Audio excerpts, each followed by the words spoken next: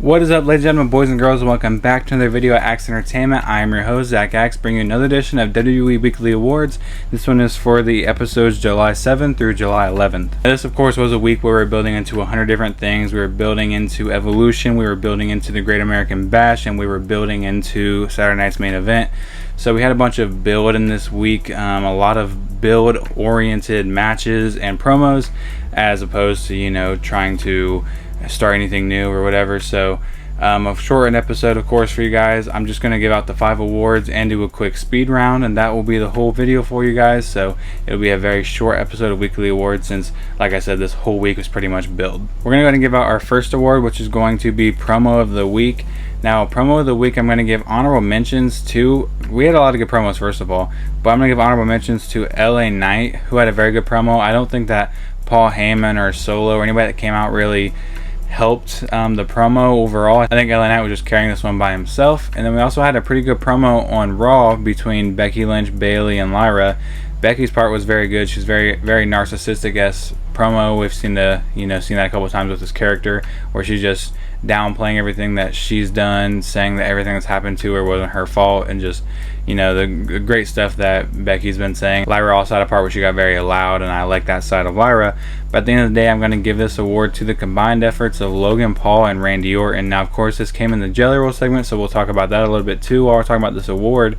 Jelly Roll came out to sing a song, and we had Logan Paul interrupt him, and I could have given this promo to Logan Paul by himself because this promo was so good and funny. So, and also, like I said, narcissistic tendencies, I don't care about no one else. Narcissistic tendencies, I'm low, so set me on the shelf. Just like I said about Becky Lynch, this promo was also narcissistic. Logan Paul coming out saying he doesn't like outsiders, he doesn't like celebrities being in this ring, which is hilarious because, as you know, Logan Paul is an outsider. Logan Paul isn't supposed to be in the ring if we want to listen to the people in the internet wrestling community. But Logan Paul saying, you're not supposed to be here. And then he's had a great line that said that Jelly Roll makes music for people that have tattoos of their kids but don't have custody. That's an hilarious line. I'd say Logan Paul saying that I could walk on water, and you say that's because I can't swim, and this line are the two best lines Logan Paul has ever delivered. I think that line was absolutely hilarious. And just running down Jelly Roll, talking hella crap about Jelly Roll being an outsider and how he shouldn't be here, taking up TV time for the real wrestlers like Logan Paul. And then he was interrupted by Randy Orton, who came out to rebuttal everything that Logan Paul just said, basically saying everything that I just said, like you are an outsider, you aren't supposed to be here. And he's like very vocal, very aggressive about how rude we had Logan Paul being to Jelly Roll, telling him that he shouldn't be rude to Jelly Roll because this is his hometown. And it was a little bit of a cringy face promo, but I liked it, and the anger that Orton displayed definitely helped it. So I'm gonna give this this award to Randy also, but it's mostly going to Logan. But they're both getting the award at the end of the day, so it doesn't matter. Their names are both going to be right here. Where do I put that stuff? The names are both going to be over there. They're both getting this award. And it looks like this could be setting up potentially what I'm guessing is going to be Jelly Roll and Randy Orton versus Logan Paul and Drew McIntyre come SummerSlam. And I think that match will be decent. I don't like that we're tying up 3 very good wrestlers in a celebrity match. But hey, if you want to put a guy in the ring that hasn't been on this stage before doing that kind of stuff, you couldn't ask for 3 better people. So I think that match is still going to be very good come SummerSlam, if that is the match, which I assume it will be. But Promo of the Week is going to Logan and Randy this week. Next, I'm going to give out Female MVP. Now, Female MVP and Male MVP this week were both kind of hard to give out because all the big singles guys were kind of stuck in either a thrown together tag team like LA and Jimmy were, or stuck, just somewhere doing something that wasn't wrestling.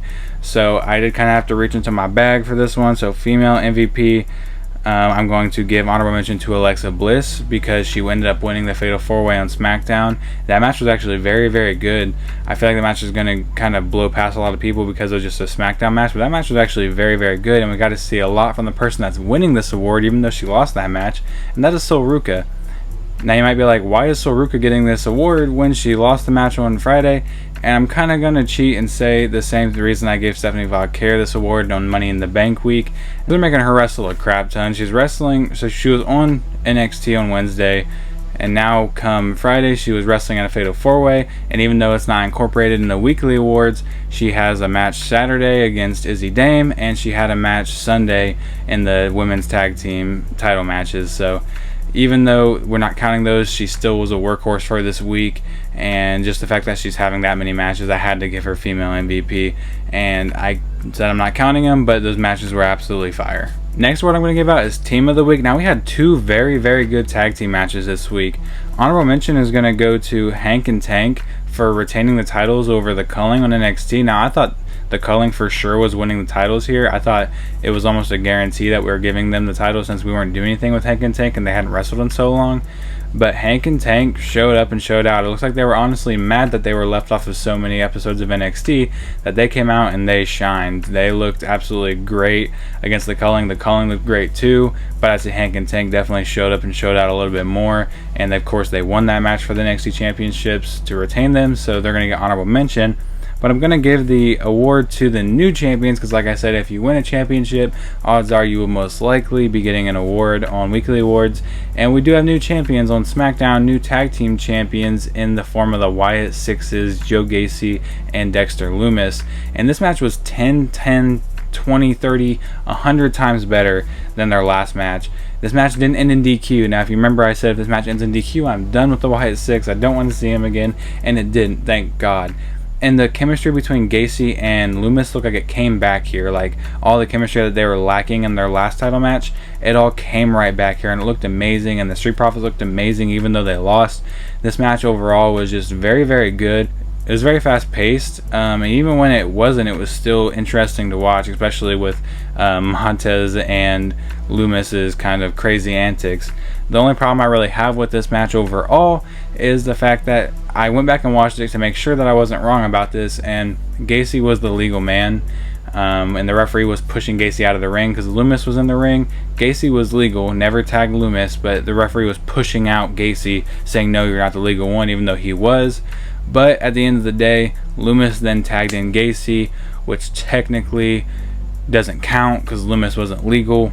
So Gacy was still legal, even though he just got tagged in. It wasn't a real tag, so he was never not legal. He was still legal, and then he's the one that got the pin. So I guess it makes sense at the end of the day, kind of. But overall, of course, the Wyatt Six had to win this award because they put on a great match. They beat the Street Profits, and then we saw Rey Fenix and Andrade backstage along with the rest of the SmackDown Tag Division, watching as the Wyatt Six won the tag team titles and the award. And you know, we had confirmation that looks like Rey Fenix and Andrade are staying in the tag division, so that's just another A+ move in this division.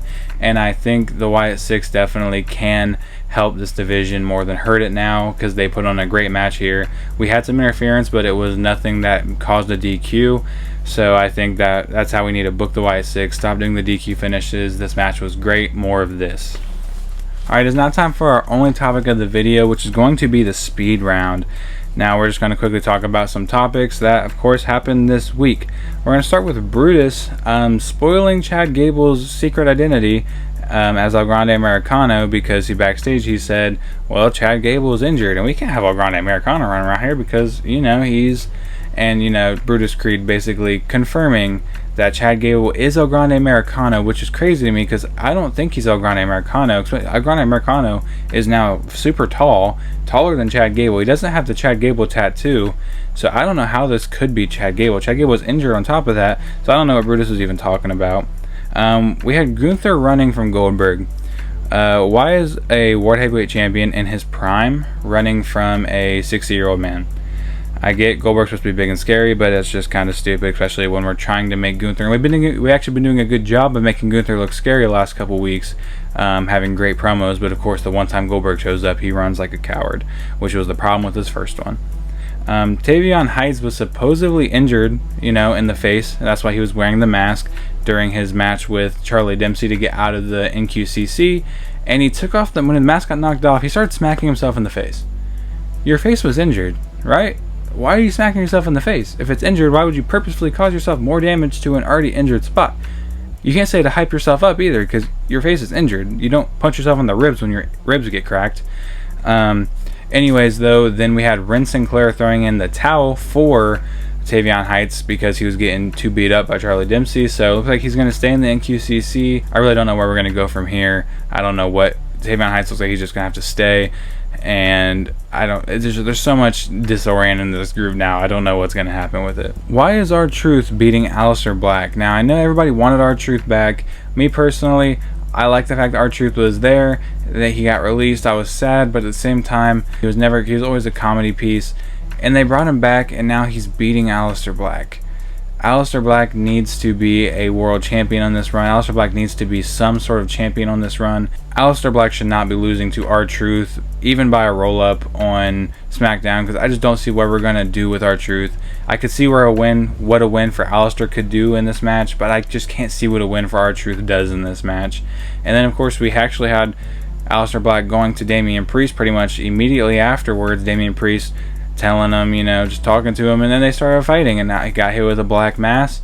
And this feud, I think, is going to be very interesting. I hope this leads to a pay-per-view match, because I think this is a very, very much a pay-per-view match-esque thing between Priest and Black. I think very, very interesting dynamic between these two. Karrion Kross beat up Sami Zayn before his match with Braun Breaker, and of course Sami Zayn then powered through. Sami Zayn came out and fought anyways, just like he did last week, because he's not gonna let the bullies bully him. And then he immediately got squashed by Braun Breaker. That's why he should have just stayed backstage. Jey Uso had a match with Bronson Reed where he got tsunami'd twice after getting a chair thrown at him, and that was freaking hilarious. I laughed for quite a bit after he got that chair thrown at him. And so Jey Uso technically wins this match, but gets tsunami'd twice. Sami loses. And it looks like we're kind of just taking out all the big threats to Seth Rollins right now. And the last thing I want to say is about Seth Rollins, his group at least. What the hell was that promo to open Monday Night Raw? I get they were trying to do the everybody gets a chance to talk thing, but Braun Breaker's promo was terrible. I don't know what it was about Braun Breaker right there. He just did not know what he was talking about. That voice crack, I know I'm not one to talk. My voice is cracked probably 3 times in this video alone. But he just voice cracked really bad. He seemed like he didn't know what he was talking about. He tried to do the thing where I think he forgot what he was talking about, so he acted like he was so flustered he couldn't remember, but he just forgot. The Bronson Reed one wasn't very much better. Paul Heyman's was very good, and then Seth Rollins said, "That's all. What else do I got to tell you? See you later." So I just thought it was funny that Braun Breaker's promo was actually very bad this week. Like, he would get the award for worst promo of the week if that was a thing.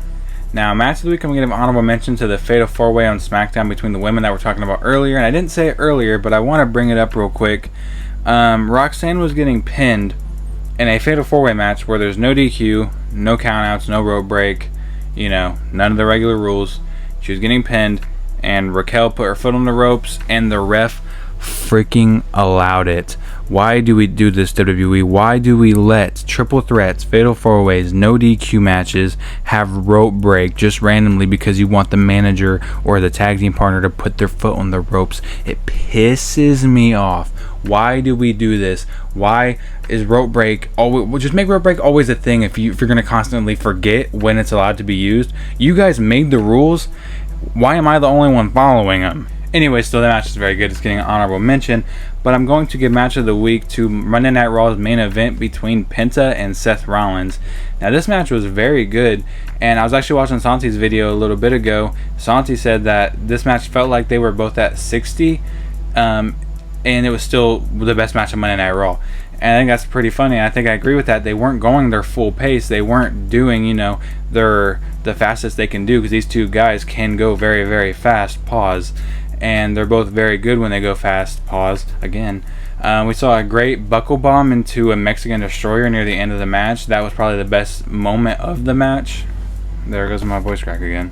That was probably the best moment of the match. And Seth Rollins ended up winning this match, which it really didn't matter who won this match. This match was just overall great. There was great spots. And like I said, even though it felt like this match was tuned down and this match could be better if they moved faster, because they can, this match was still overall great. And that's going to actually lead into the last award perfectly, which is going to be male MVP.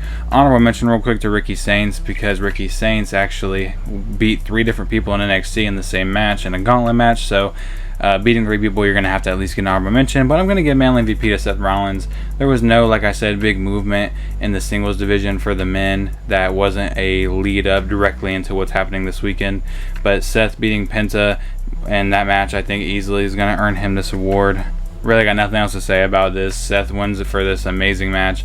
I think same thing with how I was with Lyra and Bayley last week. Whoever would have won this match was going to get this award, whether it was Penta or Seth, and Seth ends up picking the win, so he's going to get the award for Male MVP this week. But that's all I got for you. Real quick, Evolution's review and ranking is already recorded. It might come out hopefully soon. It might even be out before this one.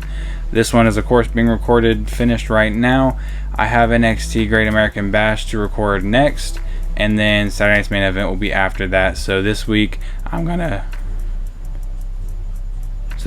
kind of spread out those videos. We're gonna start with Evolution and weekly awards, and then we're gonna go into the other two. Hopefully not too late, maybe just like Tuesday, Wednesday. Just try to get all 4 of these videos out before we can chill, hopefully within the next couple weeks, and I'm not having to rush out 3 different reactions and reviews and weekly awards all at the same time. So hopefully it'll be more chill next week. If you did enjoy, go ahead and leave a like, leave a comment, subscribe for me. Let me know in the comments if you think I gave any awards to the wrong people. Leave any comments what video ideas you have for me in the future, and I'll see you guys in the next one. Peace. This happening. I had real tough love, I'm bad at this, and I'm bad for this. Narcissistic tendencies, I don't care about no one else. Narcissistic tendencies, I'm low, so set me on the shelf. Few people ever have my back, yeah, there ain't no doubt about that. But at the end of the day, I'm going to give this award to the combination efforts of Logan Paul and Randy Orton.